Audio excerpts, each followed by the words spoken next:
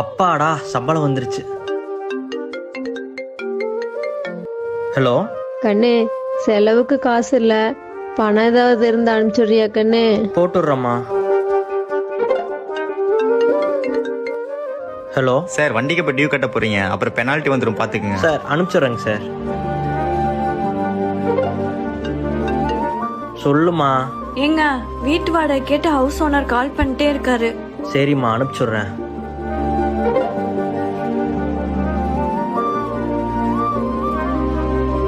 அக்கா எவ்வளோங்கக்கா பில் ஆச்சு? பழைய பாக்கி சேர்த்து 1000 ரூபாய் ஆச்சுப்பா. 1000 ரூபாயா? சரி இருங்க ஸ்கேன் பண்ணிக்கிறேன். அனுப்பிச்சிட்டேங்க்கா.